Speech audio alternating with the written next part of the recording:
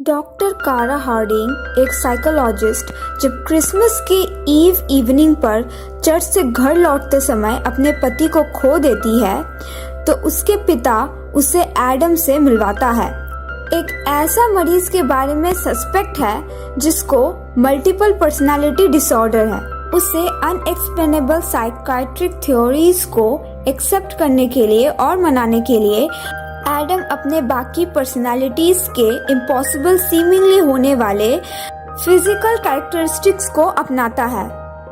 कारा के पिता सबसे पहले उसे एडम के केवल एक पर्सनालिटी डेविड बर्नबर्ग के बारे में बताता है। कारा को पता चलता है कि डेविड, एक पर्सनालिटी जिसे व्हीलचेयर की जरूरत है, एक रियल पर्सन था जो पैराप्लेजिक हो गया था और बहुत पहले उसकी हत्या कर दी गई थी। कारा डेविड के माँ से मिलने जाती है और उसे एडम के बारे में बताती है। डेविड की माँ, जो हाईली रिलीजियस है, कारा को ठीक कराने में मदद करने के लिए एडम से मिलने के लिए सहमत हो जाती है। एडम डेविड के रूप में मिसेस बर्नबर्ग को डेविड के प्राइवेट डिटेल्स बताता है। वो एडम से कहती है कि वो इविल है और डिस्ट्रेस होकर वो वहाँ से चली जाती है।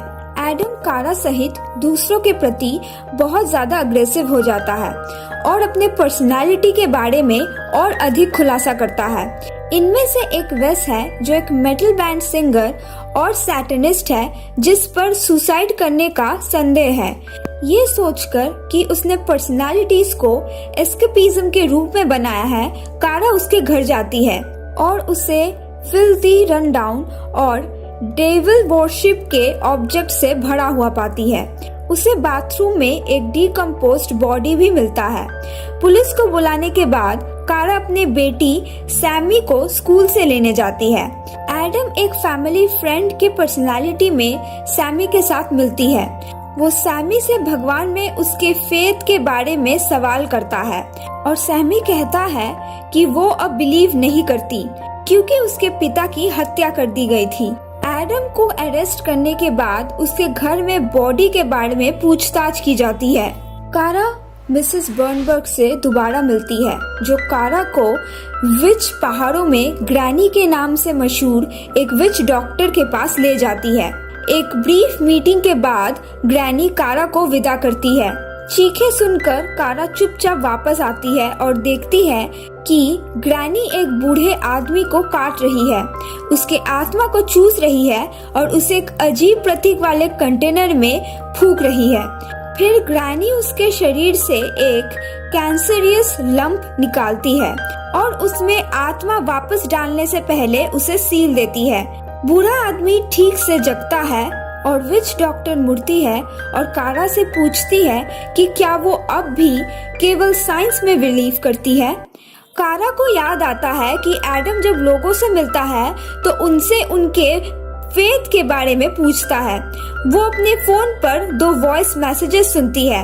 एक उसके भाई से है जो सैमी की देखभाल कर रहा है। वो कारा को बताता है कि एक बूढ़ा आदमी के पास एडम के संबंध के उसके आंसर्स हो सकते हैं। कारा उस आदमी से मिलती है जो कारा को उसके पिता द्वारा रिकॉर्ड किया गया एक साइलेंट होम वीडियो दिखाते हुए अपने बचपन की एक कहानी बताता है। बहुत समय पहले एक प्रीस्ट उनके शहर में ईश्वर के बारे में शिक्षा देने के लिए आया था। हालांकि वो खुद ईश्वर पर विश्वास नहीं करता था।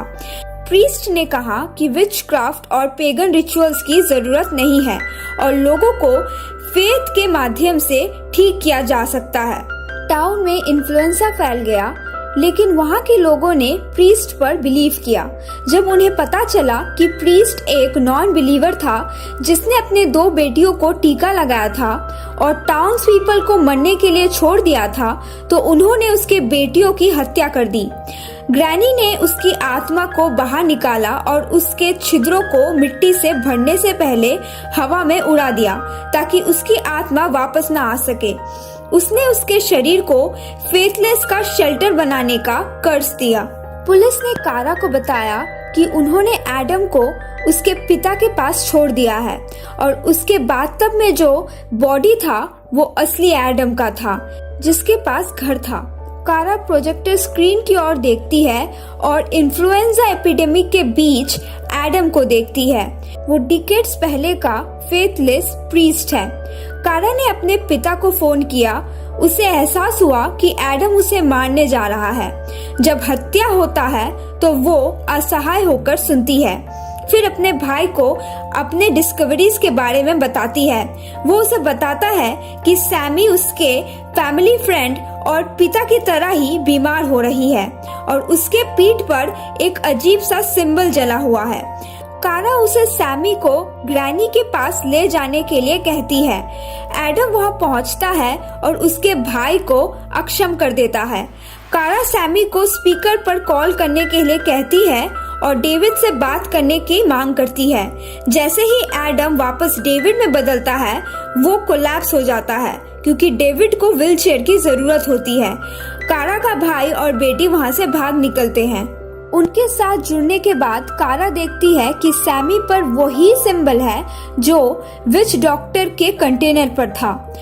ग्रैनी कहती है कि वो मदद नहीं कर सकती क्योंकि सैमी ने पहले ही भगवान को छोड़ दिया है, लेकिन सैमी को बाकी फेथलेस आत्माओं के साथ आश्रय मिल जाएगा।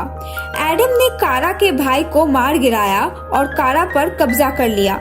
वो सैमी की आत्मा को चूस लेता है और उसके पर्सनालिटी में बदलाव लाता है, जिससे पता चलता है कि उसके पास DID नहीं है, लेकिन वो उन लोगों के आत्माओं का शेल्टर है जिन्होंने ईश्वर में अपना फेथ त्याग दिया है। सैमी के रूप में एडम कारा को उसे क्रेडल में बिठाने देता है। इसके बजाय उसने जमीन से उभरे हुए रूट से उसके गर्दन पर वार करने से पहले उसका गला घोट दिया। जैसे ही नॉन बिलीवर प्रीस्ट एडम की मृत्यु होती है, सभी आत्माएं उसका शरीर छोड़ देती है। सैमी के बेजान शरीर को उसकी आत्मा वापस मिल जाती है। जैसे ही कारा और सैमी एक दूसरे को कंफर्ट देती है, सैमी डेविड द्वारा लिखी गई एक धुन गुनगुनाती है, जिसका ये मतलब होता है कि डेविड की आत्मा उसके शरीर में चली गई है।